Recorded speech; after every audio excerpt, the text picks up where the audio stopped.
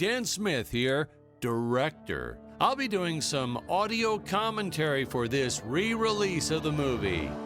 Oh, wait, not yet. Sorry, sir, this is just the DVD menu. The movie hasn't started yet.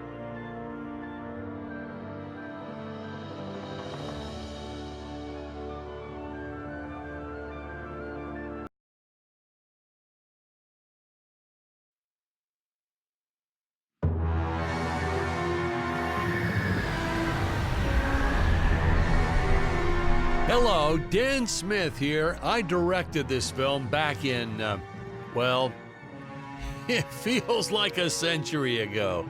Yeah. The studio asked me to provide a commentary track for the DVD release. And wham! Straight into the action. No fluff or anything. That's what we did back then. Crash-landed ship. Out pops our hero, the fearless Dick Starspeed.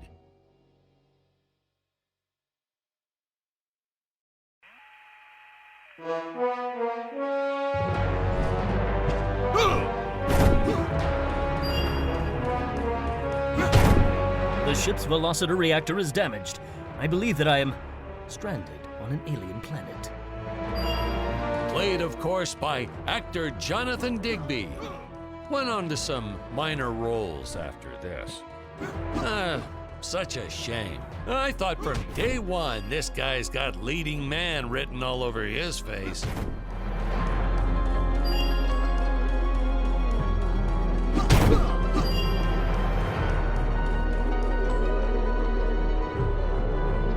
Greetings, citizens of Gravoria. I am Dick Starspeed, and I come in peace. Probably shouldn't have had Dick draw his weapon when he was talking about peace. Well, maybe one day we'll go back and CG it into a sandwich or something instead. Ha! Just kidding. And this is what people pay to see. A no-name middle-aged B-list actor duking it out with stuntmen in costumes. Such stunning choreography. Now the extras in those robot suits really knew how to take a punch. No, literally. I told Jonathan not to hold back. Give it all to him. Kick him in the nuts and bolts.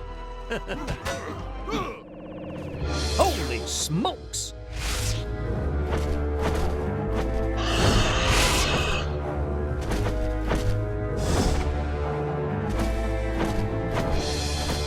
If I land squarely on that grain silo, I should survive this fall unscathed.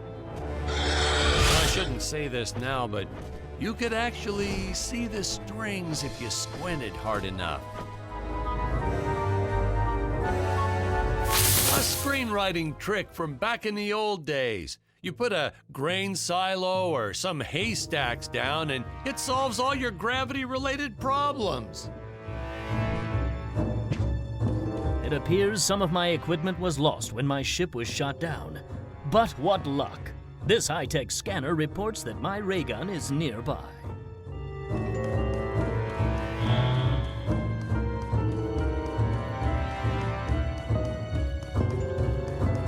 Oh, the dinosaurs! You just don't see quality stop motion like this anymore, do you? Someone actually sat there and moved them, frame by frame. Today, it'd be done with computers, but where's the artistry in that?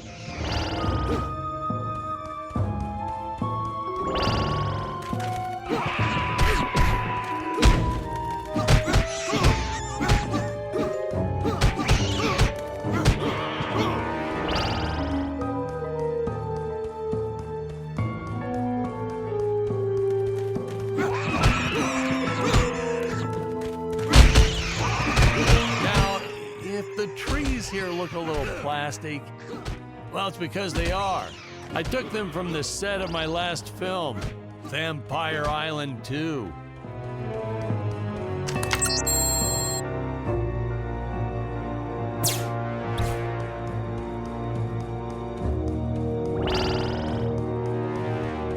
We got our fair share of nasty letters from scientists complaining about our portrayal of the dinosaurs. Was news to me. Apparently, these stegosauruses weren't meat eaters. Must have preferred shellfish or something. Wow, how do they know? That's what I say.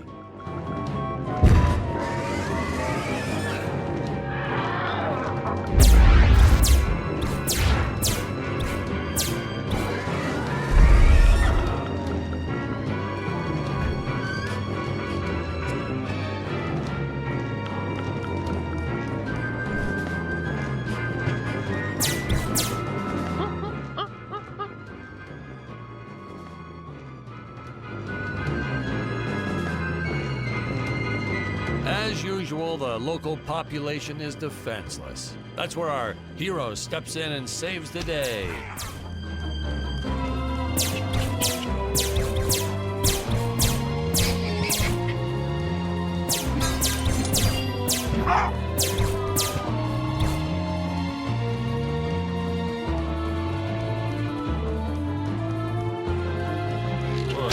We put Jonathan through a lot shooting this film. He wasn't the best actor, especially when reacting to getting hit. He's what you call a flincher. So I told the stuntman to really just go to town on him. It's the only way to get an honest performance sometimes. Our props master tried to make the weapons soft, but there's only so much you can do. Lucky for us, Dick's entire body was covered in that spacesuit. That thing was a lifesaver when it came to hiding bruises. How curious. They dissolved into what appears to be gold. You'll notice the gold disappears when Dick touches it. We had a deleted scene that explained he's actually teleporting it back to his ship. It's funny, no one ever questioned how Dick was able to walk around with an infinite amount of gold on him. We had to redo these shots. Our first attempt was kind of a disaster. We tried using real apes, thought it'd cut down on the costume budget a bit. But have you ever tried working with apes? They are the worst actors ever. They don't sit still for a moment, and the second you take your eyes off of them, they're flinging their feces all over the place. Jonathan refused to work with them after he got, well, let's just say that he had to take more than a couple of showers one day. You know, you never forget the smell of monkey poo. We steam cleaned the studio top to bottom. Still never got rid of it entirely. All through the rest of the shot, we kept finding those little surprises hiding inside various props. Boy, were those the days.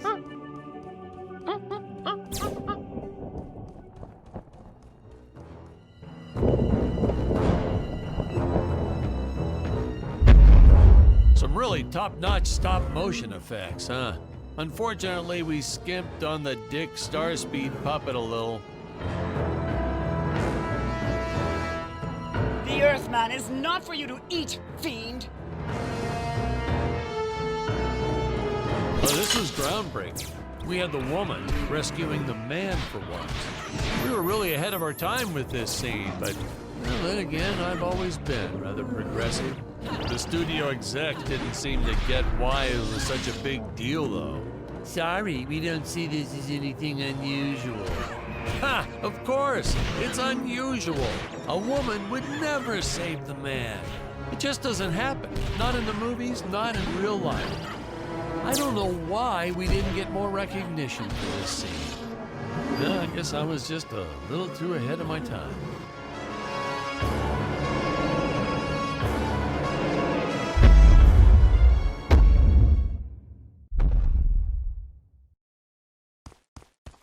Thank you for saving me, strange woman. What is your name? I am the magnificent Scarlet Nova.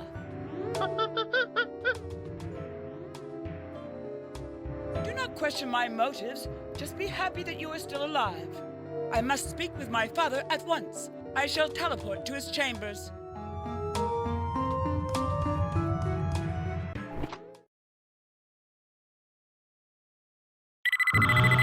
Huh? Where is this place? This is not my father's chambers. You have disobeyed me for the final time, Scarlet. Enjoy an eternity in the Tower of Eternal Solitude for all eternity. Ha, the old fool did not notice I am wearing my jetpack. Booster usage. Jump. Wait. Wait. Use booster. Survive deadly fall.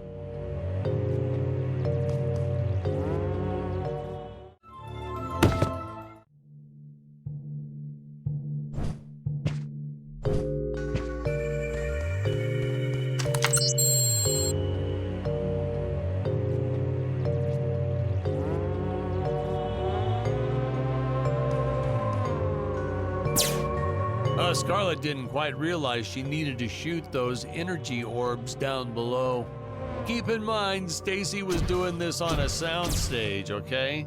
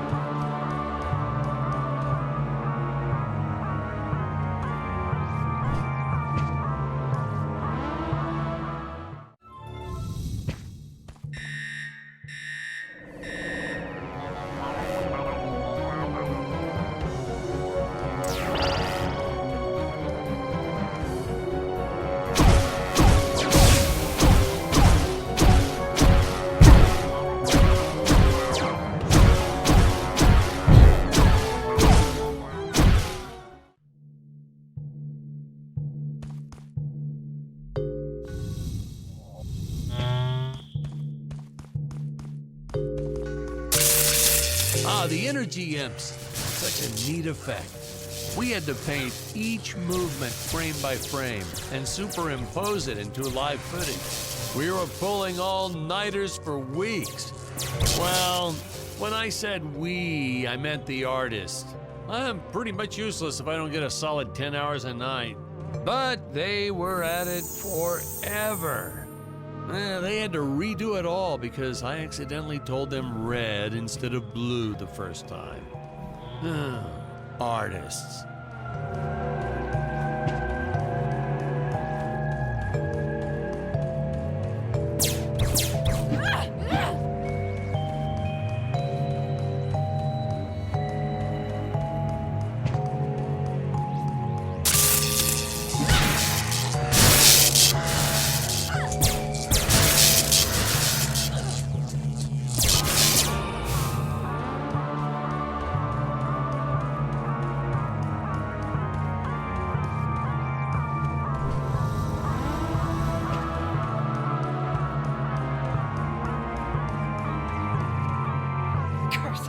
My father revoked my access to the teleport terminals. I shall only be able to utilize the ones I activate manually.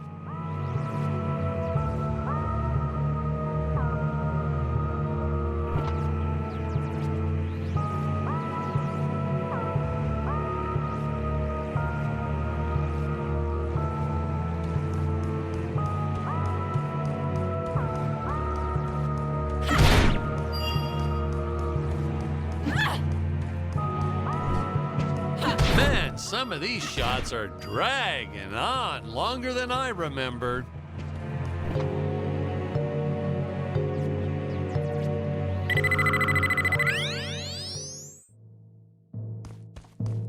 Ah, I knew you would return.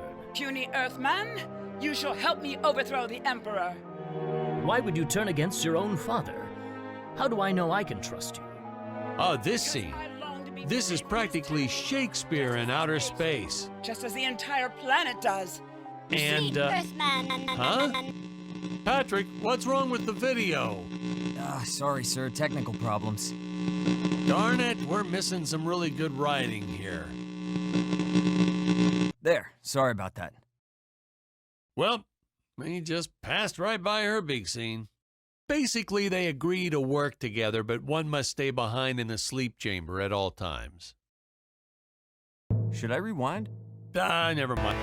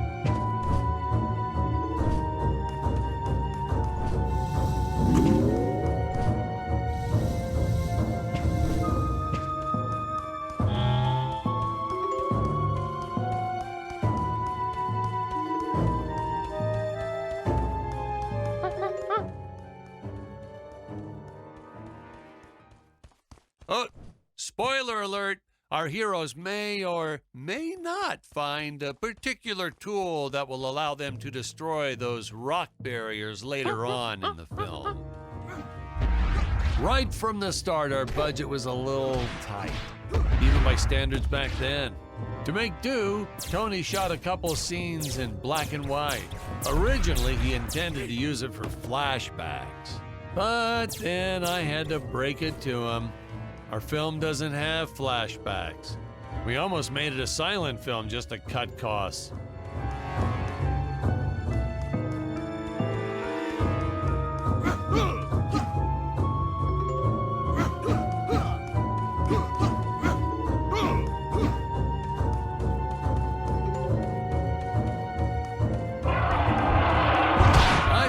An absolute necessity we have a T-Rex in this film, but we got this Serato thing instead.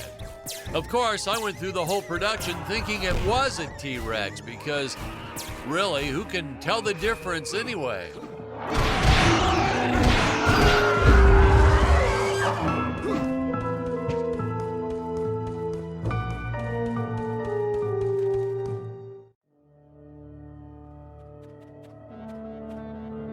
It would appear that now is the time for us to climb the deadly Tower of Monsters.